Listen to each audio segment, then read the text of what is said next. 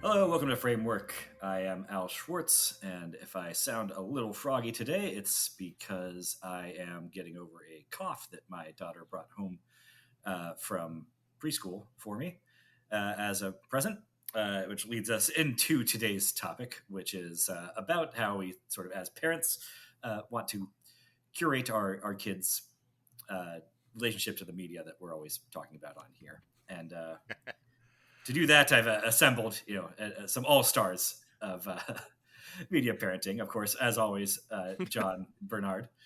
Yeah. I got over my kid's daycare cough about 2 weeks ago, so Yeah. I'm good to go. You can hear it on our "Oh Brother, Where Art Thou" episode. Coming before or after this, we don't know. My oldest and your daughter are about the same age, I believe. They're both 3, and my younger child is 1. Mhm. And we've also brought back returning guest Mr. Michael Martin as a sort of elder statesman here, who's on the other side of some of the issues that we're dealing with currently, right? So, Michael, how old are your kids? My kids are in their mid to late 20s at this point. So yeah, my days of the petri dish that you guys are experiencing are thankfully long gone. But yeah. So it was pre-streaming when they were in their Oh yeah, toddler phases. So maybe that changes a ton. it was VHS days when they were toddlers. So No, yes. surely not. Well, I guess Yes. Okay. Yeah. The old, good old blockbuster Wild West. Yes, I guess that would be. Mm-hmm. Yeah. I mean, now DVDs were around at least. I'm not saying that. I'm not trying to shame you, but no, yeah. no, because DVDs. But DVDs were around in the late 90s. Late 90s. My kids were born mid 90s. So They were. Yeah. But when they're 4 or 5, I don't know why this is not the hill to die on. Age though, when it was our kids' age, that was the golden age of VHS, sir. That was buy one get one free from Blockbuster. So, but this was before, I suppose, social media, before smartphones. So there wasn't the same level. As a parent today, we have to be concerned about that. People have very strong opinions about what our kids' relationship to screens should be. Could you, in the late 90s, early 2000s, was there as much? I mean, I guess MTV was a thing even before that. Well, my story is a little more complicated and fun, and I'm happy to talk about this. It's just because when my kids were born, I was at that time.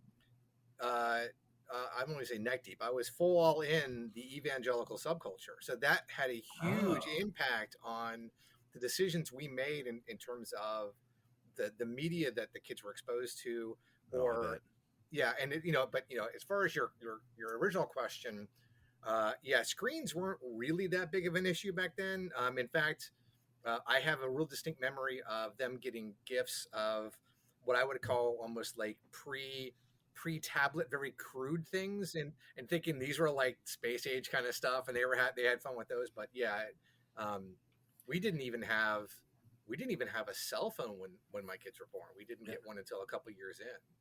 Mm-hmm. So, but the evangelical stuff, actually, I feel like that it sounds like that would distance you farther from what we're dealing with now. But actually, I think there's a way it brings it closer, in that there was a lot that there was more pressure probably to be closely monitoring what they were consuming for different reasons necessarily than what people are telling us today about kids on their phone screens or whatever. Yeah, I mean, and to make the conversation real interesting, and I'm sure we'll talk about this.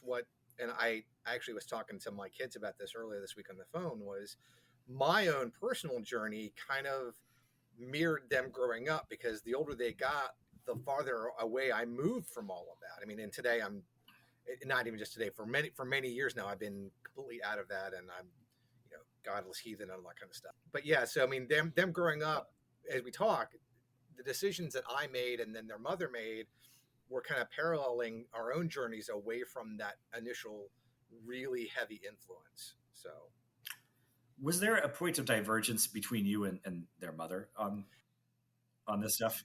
There wasn't until we divorced, and then yes.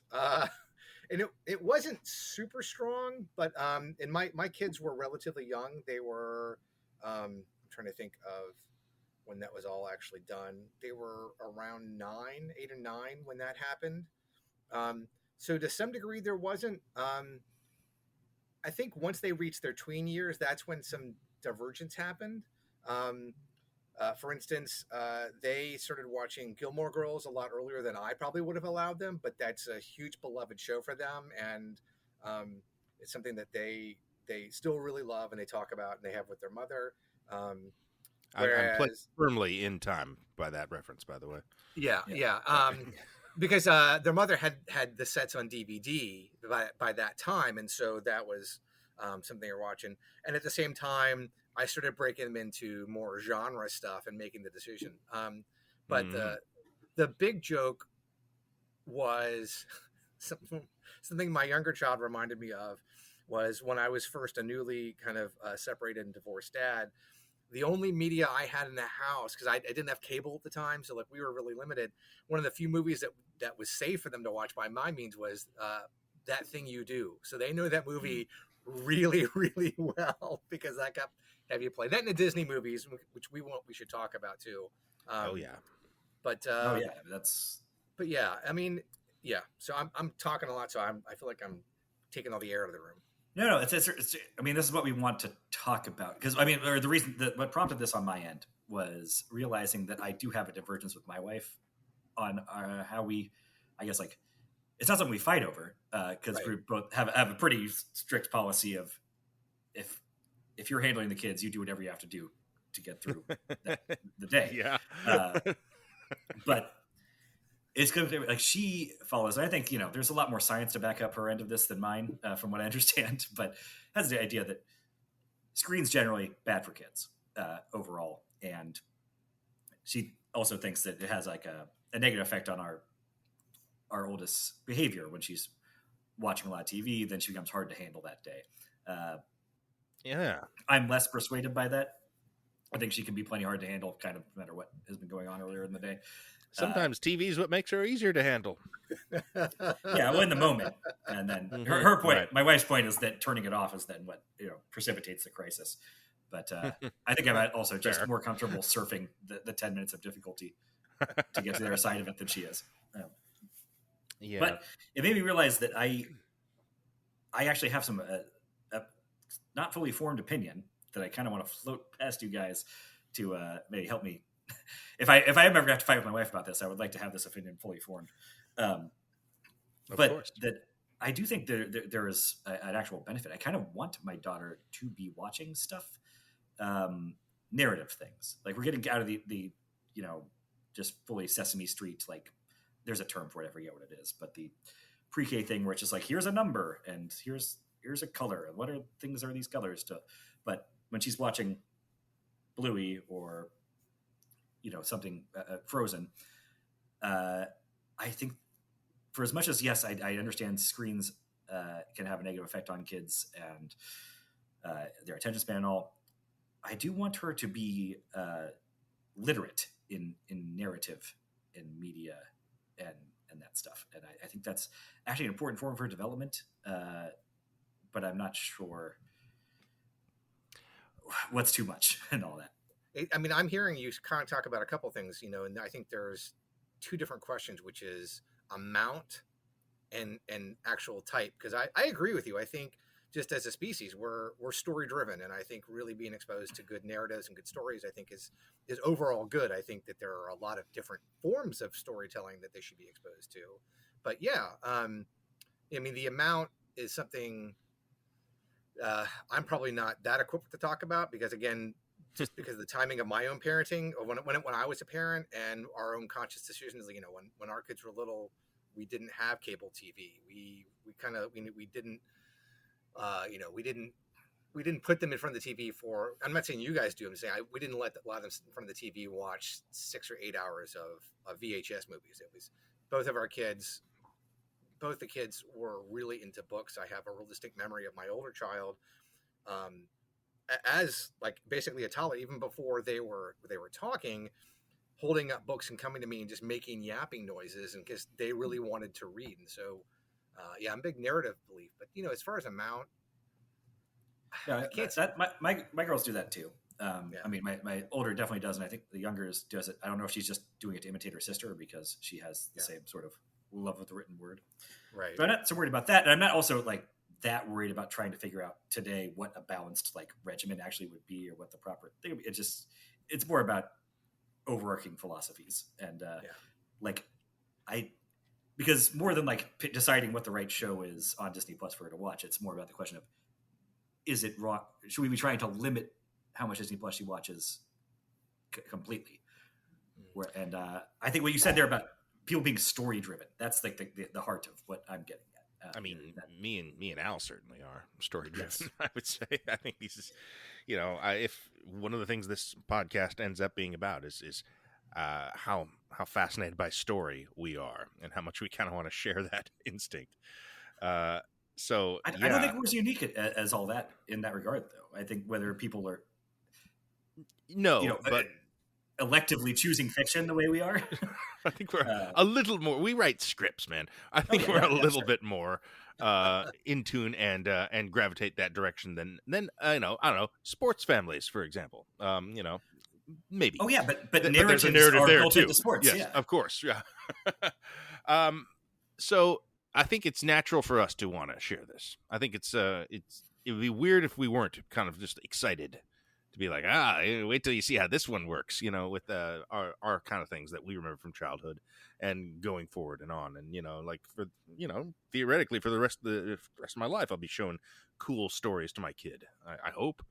So, I want to talk to her about them. I want her to have opinions on them and discuss them in the way that is engaging. And then, that'll be her cross to bear, certainly. But, it is conscious of it already. Yeah. The good news is that that's very likely because I mean my younger child, she's in her mid-20s and she and I still very much, we watch movies together, we do stuff together, and this I've watched a lot of stuff even in the last couple of years that I probably would have never watched on my own, either stuff that she likes as an adult or stuff that she grew up watching and she has a big attachment to, and it's a lot of fun watching it with her and getting those reactions.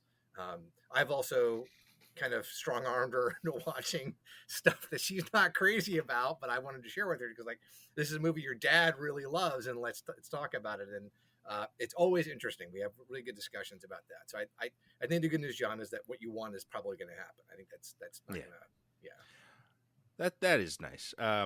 It could go the other way. I could be like, no, I'm not watching a movie, Dad. I got to go play sports. That could happen. Yeah. Maybe that'll be teenage years, to be expected. But you're, it's a long game. You're right. Yeah, it is. There's that great South Park episode, just because we put everything in terms of a story, but a great South Park episode where there's like the kid whose father is the drama teacher and just wants to play basketball, and it's like a reverse Dead Poet Society thing where he's being forced into the school play. And anyway, that's very much could be it. And that's why I'm not drilling down into, I want to like try and put her on a path to like the things that I like or that I think she should like. Yeah. Because I think that backfires more often than not anyway. I had an idea to curate her media consumption in that way, though. Like, it's long gone now. Like I was originally like, well, before we do Disney movies, we're definitely going to do some Miyazaki. No. That's not how it worked out. Of course. It's kind of what she gravitates toward. Oh, you like Sully and Mike Wazowski? Okay, we're gonna try those guys. It's whatever. Like I was dead set against her getting into Paw Patrol. Turns out she got right into Paw Patrol. It's fine. She's dressing as Chase for Halloween. That's the cop dog. That's her favorite. Awesome. I thought the rap on Paw Patrol is that they're all cops. Really, when you break it down. Kind of. They're emergency workers, or people who run machines. I guess there's a construction dog. There's a helicopter dog. There, the heroes of the fire truck dog and the cop dog. They're everyone's favorites. But yeah, the most state power possible. I mean that's and there are certain things that I steer her towards or away from. Like I would rather have Bluey on the TV than Mickey Mouse Clubhouse on the TV. and that's more Hell yeah. because I mean, obviously, well, Bluey's a bad example because it trumps everything. In that it's like a genuinely entertaining family show, but even just like, I mean, I would, even if I'm not listening to it, I like the style of the animation so much better than I don't like the blocky CG like computer Pixar stuff, the Toy Story look. I feel like Bluey is, and I've been exposed to it thanks to a friend of mine who's got little kids, and he sent me a couple episodes to watch. But I was really impressed with it. I thought it was far better than great. most of the stuff that was around when my kids were little. I mean, I was going to say, leaps and bounds. I would say, yeah, I definitely, like, if I had had my brothers, my older child would not have been obsessed with Thomas the Tank Engine for a while. That was I always found Thomas very creepy. I just did not like it at all. The whole not moving face just always kind of freaked me out. But yeah, there's certain styles of animation you're just like, right. This turns me off. But thankfully, their Thomas the Tank Engine period was not very long. They moved on to other things after that. Yeah. So my little brother had Thomas the Tank Engine period. George Carlin hosted that. Isn't that? Oh yeah, weird? That's right. It is a really weird combination of yeah. How old is Thomas the Tank Engine? It was late 90s, right? Early, like late. Oh, okay. Later mid 90s, yeah. Mm-hmm. Yeah, you're like, oh, Thomas, I'm the engineer, and I'm here to. It's so weird to see it, with the context, knowing who Carlin is. Yeah, and Alec Baldwin, I think, does it in the movie. I mean, Al, you brought up the really difficult question of kind of how much is either enough or too much, and I mean, it's a little hard for me to say because again, it's very different from where things were 25 years ago, but I feel like in some respects it's not, and I think the really unhelpful answer is it just depends. I think you have to make allowance for yourself as a parent because some days you're just fucking really tired and you're just wiped, and you know what, they're gonna watch a movie or gonna watch a show, and that's okay. But I mean, I know that I think for myself, I think when I was a younger parent of younger children, I think I tried to always just ask myself, try to just be aware of how often am I using this as a crutch? Am I using this as a way to get around actual active parenting? And I would have to have hard conversations with myself. And kind of like you made some observations. It's like, I would have to be really aware of the effect on my kids. And, both their mother and I are both really big readers. And so it was really important to us that our kids be exposed to books. Like we wanted to make sure that both of the kids, we couldn't guarantee that they're going to be readers, but we really wanted them to have books woven into their lives. And so I think that was a big driving factor in terms of the amount of like screen consumption, because we wanted them to be drawn towards other things. And so I think that was for us. And I know that, we had some ability to do that. And I'm talking a lot, but I mean, I think a lot of it, you got to know your kids, you got to know yourselves, make room, and you just, yeah. Well, I'm certainly aware that I am capable of using the TV to buy myself some absolutely some downtime. Absolutely. Oh yeah, and that's okay. Definitely what it is sometimes, and I'm not that worried about that. I don't think we do that overly much. But like I said, like with my wife's perspective on this, and she's also an elementary school teacher, so she's got probably a stronger base of knowledge about what the ways you want to be molding young minds. My background's education, by the way. Well, but this is what the main thing about this is. I do think more than it's I want to expose them to this, so they'll like this thing, or that I want to even like this type of show will instill the proper values in them or whatever. It's more just like I want them to be aware of narrative in some of the ways that I am. It's not important. It's not as important to me that my daughter likes the same movies or shows as I do, but I would like her to be able to host a podcast. They won't. I've got bad news, Al. They're not going to like all the stuff that you like. That's what I'm saying. That's not the important part to me. The important part to me is I do feel like whether we shield her from screens or not, she is going to grow up in a world where she is eventually going to be surrounded and inundated by screens and by narratives. And I think it is important almost to be inoculated in a way, to be conversant in story structure, I think, is actually a really important ability for functioning in a modern world. You know, in the first world especially. And well, I mean, the way it's being presented to us now, I mean, it is, you know, like look at the way the presidential election has been covered. You know, it is narrative. It is, I mean, it's a story entirely. being told by, you know, a 24-hour media cycle, and I think some people are struggling with parsing this quite a bit. I think everyone is to some extent. You know, everyone is a little bit bedeviled by following the narrative on this thing, and I mean, I don't know that means anything, just that we're, you know, inundated. I think it does. Yeah. I'm not sure what it means, but I know it means something.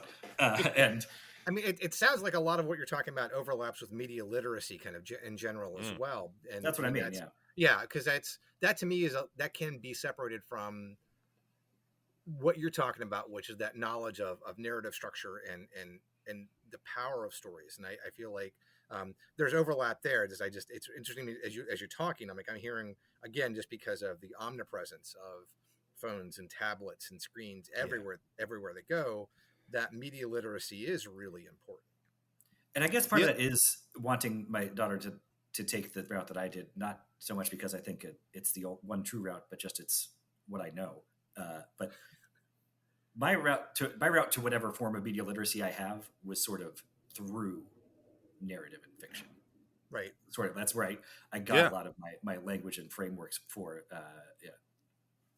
how to view a presidential race, for example, or whatever else. It's like, oh, there's a narrative here. And, you know, like I said, people being story driven, a lot of what I have read or listened to over the last decade about like the state of psychological research seems to me to indicate that humans are identity driven more than they are driven by principles, ethics, logic, and that our identities are a fiction that we tell ourselves.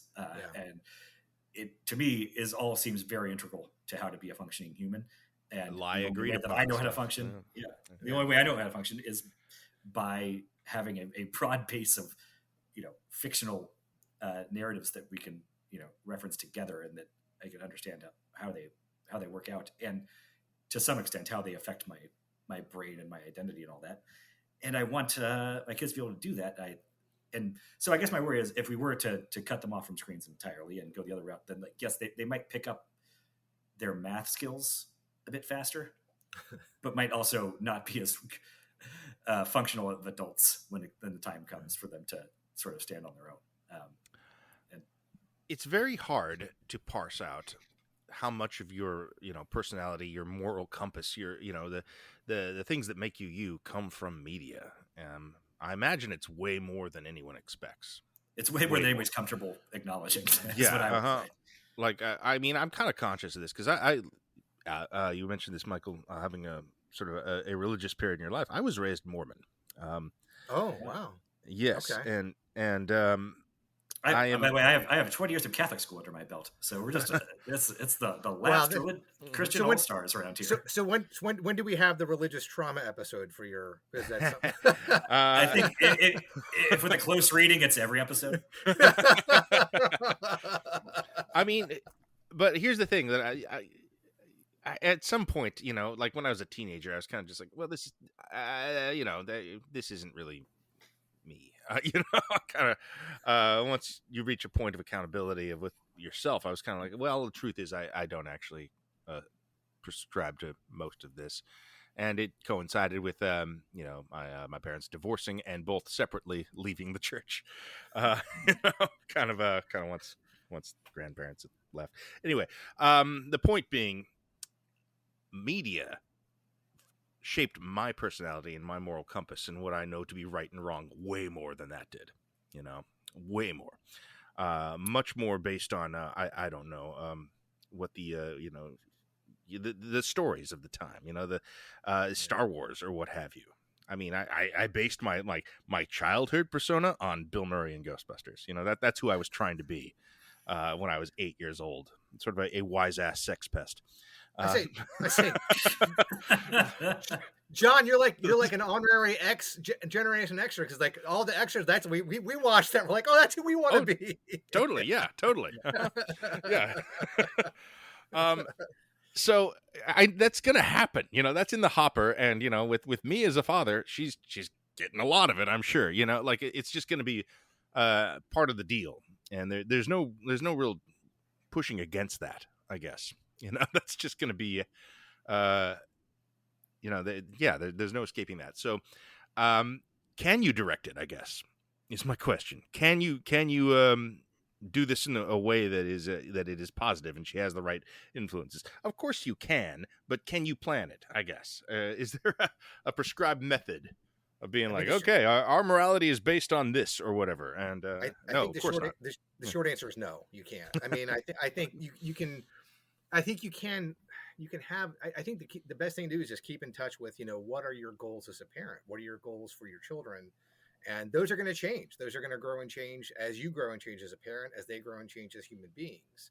Mm-hmm. And it's funny, John. You talked about how deeply media impacts our formation of identity. And I grew up in a time with 3 networks, and that was it. But I can still recall specific TV episodes that taught me moral lessons that I've carried to this day, very positive ones, from shows that weren't very good, but for whatever reason, that episode, it really hit me. It brought me out of myself and taught me some really things in a way much more than film did. And I'm a film guy. I mean, like you guys, I love film.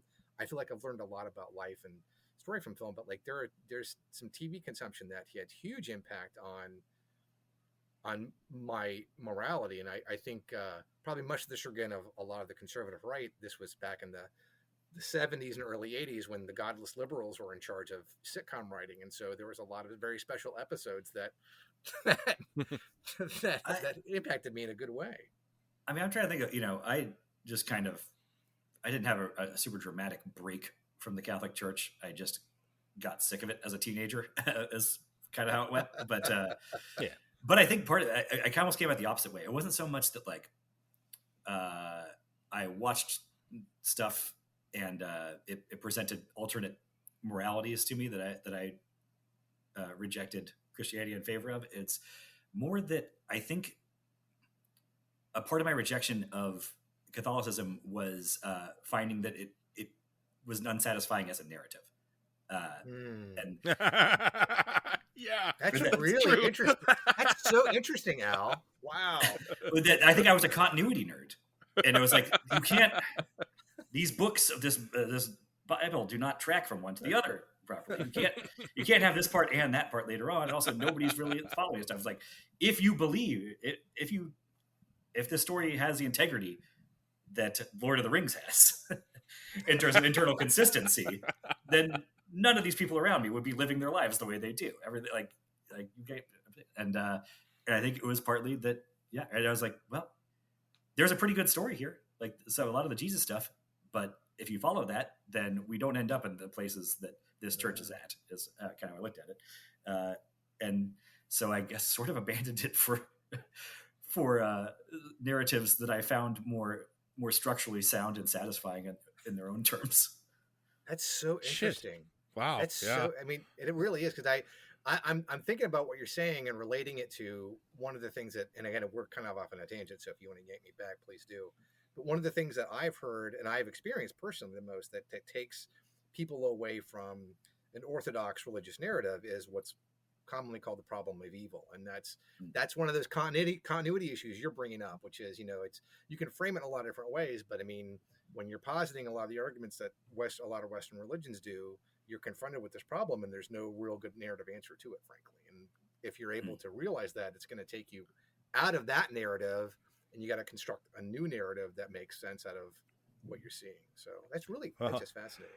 I mean, you want to talk about that? The Mormon religion has an Oh. entirely extra level of mythology laid on top of it that contradicts does. It's there's some extra nonsense to be like, wait a minute. Actually, doesn't the appearance of God and Jesus devalue their appearance in earlier works? If they show up together at this point, doesn't that mean that that's dumb? Yeah, there's a lot of that. Oh, I guess that's true. That's it. They're Latter-day Saints. It's a legacy sequel. Yes. So, Joseph Smith is a total Mary Sue in that, by the way. Oh my god! Oh man, that's also less satisfying as a narrative because I feel like that's God. Yeah. That's the other thing. I mean, it's I guess tangential to the problem of evil, but just the issue of original sin was hard for me to sit with because like this. To tell this story, it has to be a story where everybody had a chance. If like my decisions are supposed to matter, and if my character's decisions are supposed to matter, you can't just be that. But 95% of people ever born were just fucked from the start to the end, and they were in the wrong place at the right time. Well, the Mormon Church has a crazy workaround for that. Do you know about the baptisms for the dead? No, but that sounds like a hell of a way to spend your Saturday. You go to the temple, and they have a baptismal font that is a gigantic white pool on the backs of 10 carved oxen, representative of the tribes of Israel, and they baptize you in the name of people who existed but did not have the chance to convert to Mormonism, giving them the option in the afterlife. So it is just sort of this endless. Kind of it's the type of like really unsatisfying retcon that legacy sequels have to resort to. And I can tell you, Al, that is one of the least crazy things about that I know about the extra layer that John's talking about. I mean, that's not even getting into the undergarments or the sacred. There's also. No, I have family that's still involved. I don't want to actually talk shit about this, but it's. There's no, that's a long conversation. It is. And I'm not looking to just to make this all about bashing the Mormons. I mean, again, I came out of like a Catholic tradition, pre-Vatican II or whatever, but there's still a level of just pageantry and chanting in dead languages and costuming that would just put a pride parade to shame. Whereas the evangelicals have just gone the really gaudy, tawdry, just crappy route. So, and I'm happy. As an ex-evangelical, I'm happy to bash on them all day long. So I can. But we're here to talk about kids, not about. We are here to talk about. I mean, of course, it's all about how we're going to pass on our own traumas to our kids. But even going back to what Michael was sort of talking about, how there are perhaps like episodes. Very special episodes, we could call them, of television that might have taught him, certain moral lessons that the church was not addressing. To me, it's almost a broader issue of the literacy issue. I think about a lot. There was I think it was just like a Twitter thread, but maybe it was a blog post or whatever from 4 or 5 years ago of some TV writer. It's actually probably during the writer's strike when some TV writer had downtime and broke down sort of how Fox News structures a week of programming like they structure a season of television. They're like, there's this and there's this turn on Wednesday and a new villain introduced on Thursday and blah, blah, blah. And it's like, this is the type of thing, like more so than liking Star Wars over Harry Potter or whatever. It's just understanding how these things are constructed to manipulate our reactions and our emotions. And I think the only way, like, you can't get to that by reading it all in books or Twitter threads. I think you need to be sort of immersed in stories. And like I said, I guess it does become a certain point about curating like good stories to immerse them in, because my concern is that even if we went full vegan on them and they didn't get anything, eventually they're going to be immersed in bad stories. And it's part of growing up, less protected from them. Part of existing in America is being immersed in a bad story. Yeah, it's true. Well, it's a whole soup of them. Is my contention. It's rough, and it is. It also seems like this is the sort of thing that you can plan for all you want, and history will tell you what is actually going to happen. It's only can be discerned in retrospect, really.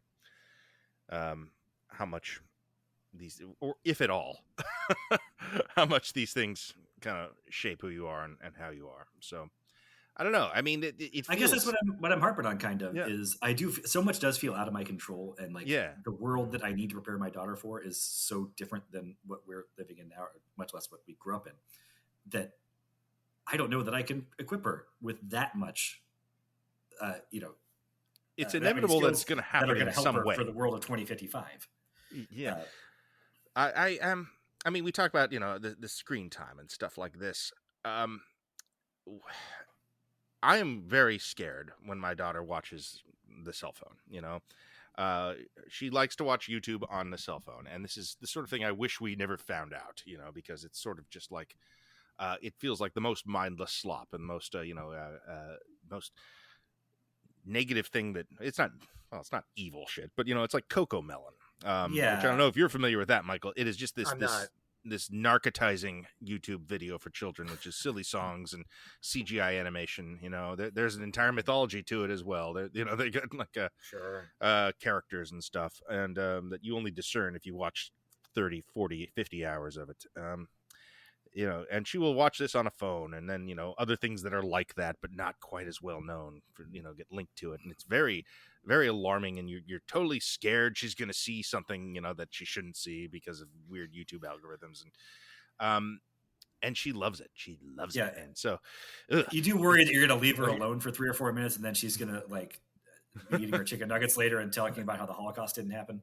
Like, well, I mean, that's a whole other aspect of it. At this point, it's like just the imagery that I'm worried about her being exposed to. There's some you'll see stuff where like there's kids playing with like the Joker or something, and it's like, where's this going? Like what are these sort of these characters, the zombie versions of the Paw Patrol I've seen on her screen, pop up, and I'm just like, what's that about? I don't like that. It's tough to control, and like we try very hard to keep her from watching anything like that on the phone at all, really.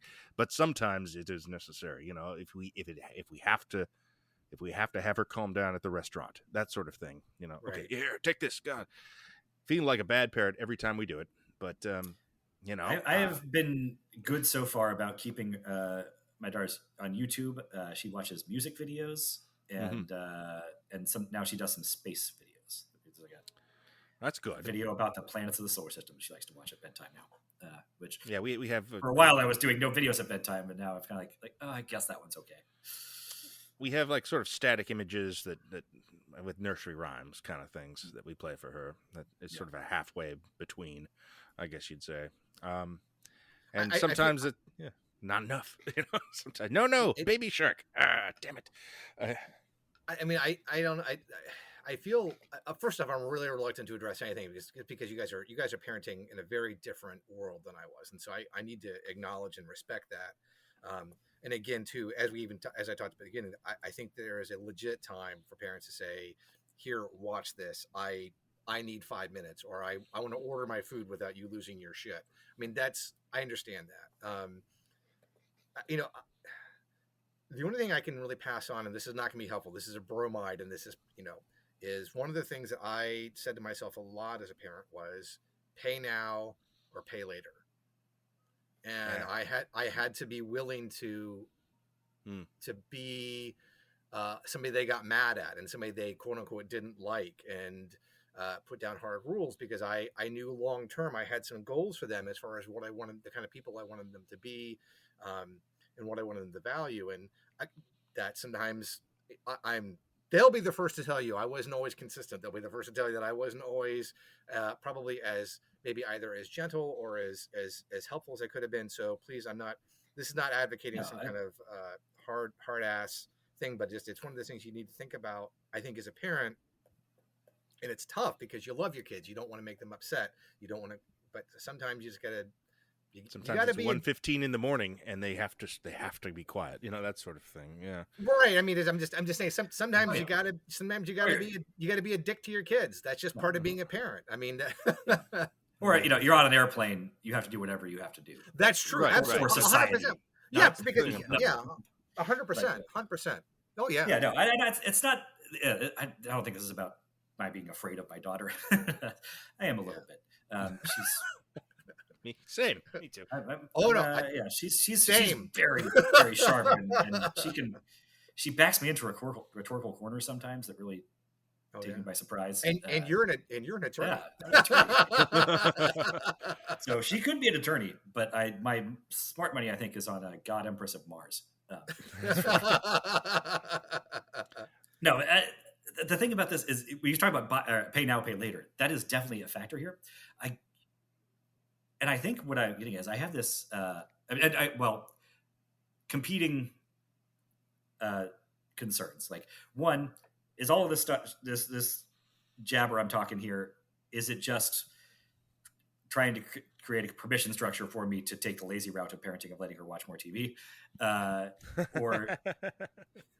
But on the other hand, I have this anxiety that actually there is something to be paid later, even if we were to go what is sort of the consensus healthiest route of she doesn't watch anything on a phone, she doesn't watch any TV, she's not exposed to the internet, she's not exposed to she lives solely in chapter books her whole life. And I feel like that's like not sending an unvaccinated child out into the world at some point. Well, and I would agree with that. I think that's not only not unrealistic. I think you're right. I think to some degree that's not fair to the child because they're going to be thrust into a world they are not at all prepared to deal with. And they'll be a weird schooled kid at some point. But yeah, they're going to have to, be conversant in screens, or they're screwed in the the future. Like, and it's only going to get worse. There's only going to be more screens and more stuff to parse and more propaganda to kind of recognize and understand what it is. She's going to be tech savvier than me. I hope. She already knows how to do the skip button on YouTube. That was chilling. Stuff like that. She's going to be growing up with tablets and screens and images that she controls and stuff that we don't even understand or know about yet because she's 3. This is like the tip of the iceberg. I didn't have VHS when I was 3, so it's a whole thing. It's going to be forever, and I don't like the idea of kind of limiting that.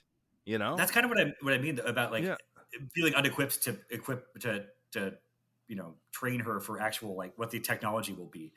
But I think the thing I'm groping towards is the aspect of it that I think is most enduring. That's not going to change between now and 2060 is that humans will remain story driven in the way Michael had mentioned at the outset, and that our identities, like the capacities for manipulating the ways that our whole identities are stories will probably only get more refined and more insidious and everything. Right. And so I guess it's arguing for, I want to steer her towards narrative art more than the Blippies and the Coco Melons that are, stuff. I'm trying to do it, but it sometimes it works. But she also likes to watch musical performances, and that's fine too. I mean, that's something that we also should be conscious of, actually. Just us. I read an article on phishing scams recently. As technology evolves and we get older, we become more susceptible to the new stuff that we didn't grow up on. It's for all. Well, I mean, that's what 2016 was. It was the internet stuff and social media got dumbed down enough to hook boomers onto it, and they were completely unvaccinated against any of it. And now there's still a lot of wreckage to be cleared up from that. I'm kind of just thinking about what you're saying, and I can only relate it a little bit to my own journey. And I think one of the things I'm hearing you talk about, Al, is I think the power and the impact of stories and narrative, and being able to use those to kind of navigate around us. And it's interesting as I'm gonna have to do some self-reflection on myself, but one of my kind of initial reactions was my own journey away from that religious subculture and more into the big bad secular world was not about so much narrative or even continuity. It was about asking questions. It was about what questions to ask. And I think that that's a really important skill that we need to hand down is to teach our kids what questions should we be asking. It's like, because I think that's going to be a much more powerful and helpful tool than ultimately and I think as parents, we do have a role at some point saying that's not appropriate for you to watch or a certain time. But I think ultimately what's going to last is giving them what should I be asking about this? What I'm watching? What should I be asking about? Who's doing this? What questions should I ask about this narrative? What questions should I ask about this news source?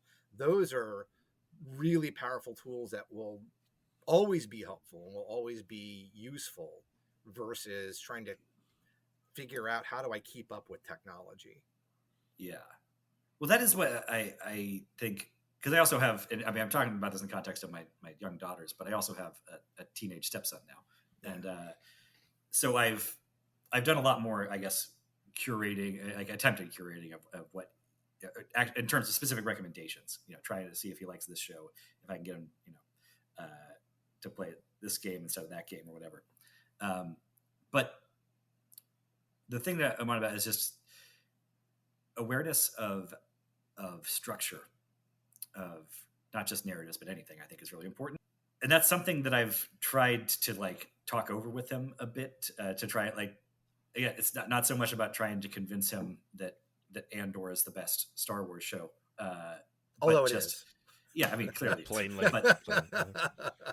But just kind of going over what the structure of these other shows are, and how it's like, yeah, well, they're doing this in this episode because they're going to do that thing in the next episode. And teaching about the Ebert's law of economy of characters. Like, yes, the bad guy in the Acolyte's clearly going to be this guy because there's no other suspects.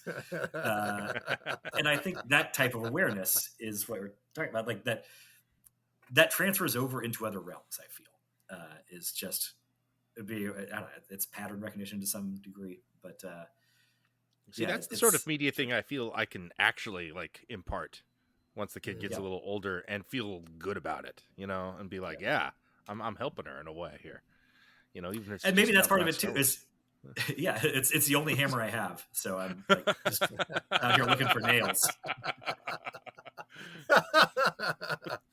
But teachable nails. That's what I can't show you how to play basketball, but let me tell you. Yeah. It's really funny to think about this because I'm just contrasting because, and I'm not talking too much about myself, but I think John can probably relate a little bit to this because for me, a huge part of my own journey was, like I said, asking questions. And in the evangelical subculture, there's a real emphasis put on what they call apologetics, about quote unquote proving your faith.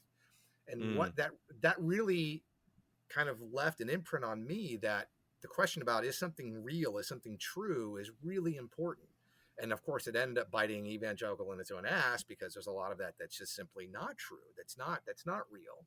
And as I think about, to kind of dovetail back into media consumption and what you expose your kids to and the narratives, is I'm now kind of laughing because a show that I watched with my kids, when we started watching it, they were like tweens, and then through their teens was the show Bones, which has that structure you're talking about, Al, but also it's this mostly science-based show that does a lot of debunking.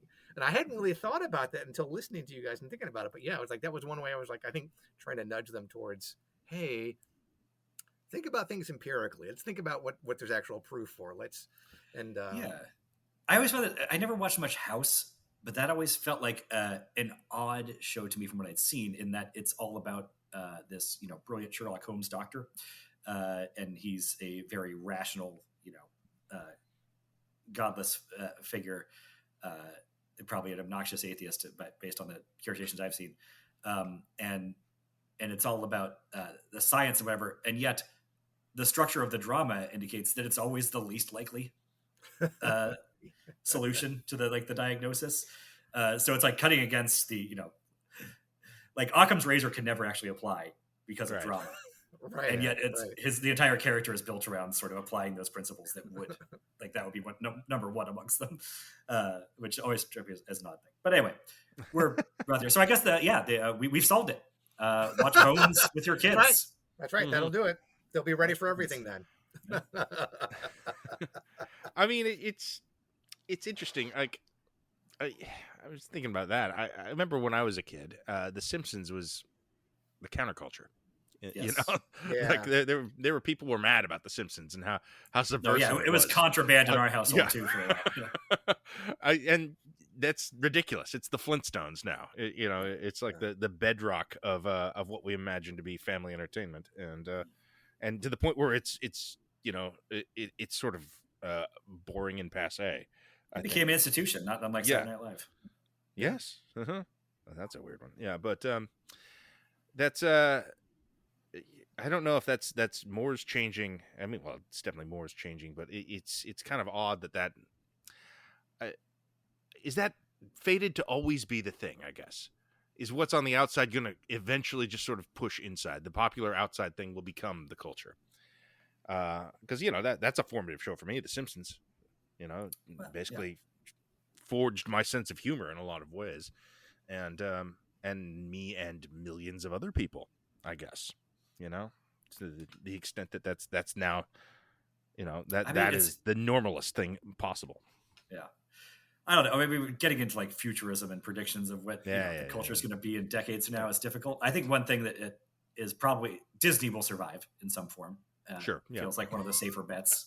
Yeah. At least for the duration of our kids' childhood. And will continue to be a big factor in that. But I don't know. I mean, the one thing we can guarantee is that nothing's going to stay still ever. And change kind of seems to only accelerate as technology progresses. So I don't know. Have you taken your kid to a movie yet? Have you taken your daughter to see a film in theaters? Yeah, we gave it a shot. We did The Wild Robot, and mixed success. Not really success, I would say. I missed about 40% of the film while she ran around in the lobby. Yeah, it's not a thing where I'm like can't handle it. Where I've decided she's not ready for it or anything like that. She expressed some interest in it, but I'm still I'm just trying to encourage her to watch movies on the couch as opposed to 10 or 20 minute cartoon episodes. That's I guess one of the more passive ways of trying to inundate her in this is just increase her attention span by watching an entire cartoon movie. How old is your child, John? She's going to be 3 in a week. Okay. Yeah. I was trying to think of what the first movie was I took my older child to. I know what the movie was. It was Bug's Life. But I'm not entirely sure about their age. I think I'm going to say 4 because I don't think it was 3, but I don't think it was 5. It was somewhere in that range. It was too early. I'll tell you that. She wasn't ready.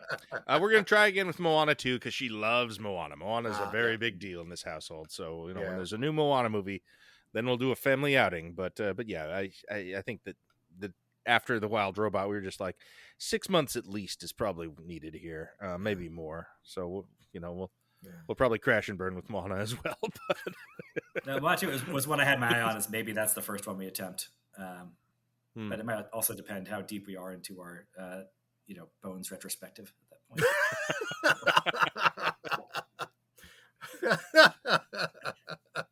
Well, I have to pass on as far as Bones and your effect of media on kids. I'm gonna say junior high. My older child was in junior high, and after a few years of watching Bones, they said something to me one time, and just as an aside that I still carry this day, that sooner or later we all end up in the trunk of somebody's car. And I was like, I was like, sounds like a line from Bones. Sure. Okay. It's incredibly dark, but also very funny. So that's, take that for what it is. So, but yeah.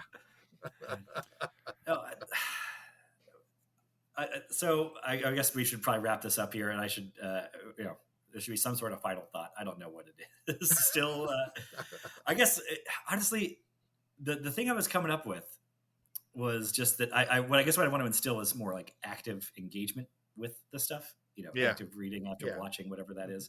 And the way I was going to phrase it came out to just sound like every like religious themed parenting guide I've ever seen, or it was just like, talk to your kids about the stuff they're watching and blah, blah, blah. And like in the context I've always seen it in, it's these Christian tracts that are like, talk to your kids about how, the Power Rangers are really like a violation of God's law or whatever. Harry Potter would be put to death. Yes, exactly. But I guess my takeaway is just of just talking to her about how things worked and what do you think is going to happen in this one next? How does that, I'm excited for that. Not quite there yet, I don't think, but I'm very excited for those conversations, and that's true of books too. I can't wait to read this kid The Hobbit. It's going to be it's going to be great. So we're gonna, we can do our, and very soon we'll, stay tuned, everybody, for our Moana 2 episode where we have our 3-year-old daughters on. Look, we're going to the movie. I don't know what she's gonna have to say about it, but we're gonna... See, I had all sorts of stories about, because I thought we might veer into like appropriate content. So I have all sorts of stories about that, but we can another day. So could be. I guess my final thought would be like, this is an endless process, though. This is the rest of our lives, figuring this out, and our relationship will change. Things that didn't appear to work will work. It's the rest of their lives. No, it's the rest of ours. When we're done, our relationship with them and media probably ends. I don't know, but no, they will still be haunted by the movies we watched. I'm sure. Yes. But no, like to that point, before I did this podcast, I had a different podcast called Westerns with Dad, where I spoke to my father about Westerns that we watched, that he made me watch when I was a child. And my relationship with them, how they changed, how my appreciation of them grew through him, and they were an important genre to him. So we watched a ton of them. And, my relationship to The Searchers is very different, when I'm, 30 years old doing this podcast and when I was, 8 years old and he was showing it to me for the first time or whatever. And so, it all changes.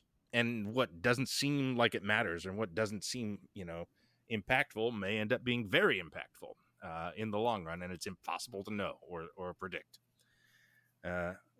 So, I kind of take that with me a little bit in my pocket the whole time. And I wonder if, if when I'm an old man, she'll be, we'll be doing a horror movie podcast about the, when I made her watch Hellraiser when she was 10 or whatever. Well, the only route to that future is to make her watch Hellraiser when she's 10. So exactly. Yeah, it sounds to me like you guys are asking all the right questions. I mean, I think especially that this sounds again like a truism, but I think it is true, is that if you're worried about it and you're constantly kind of reflecting on it, I think that's probably one of the best signs that you're probably on the right path. I think if you weren't worried about it, I think if you didn't care, that ultimately would be a much bigger thing. But you both point out the technological landscape is going to keep changing. It's not going to slow down. It's not going to shrink. And so I think, it sounds to me, everything you guys are saying, that I think you guys are, I know you're on the right path. As much as that means anything for me, and you know what, my kids might tell you it means nothing. So you know what, I'll take it. I could use some encouragement. Hope we're doing the right thing. Yeah.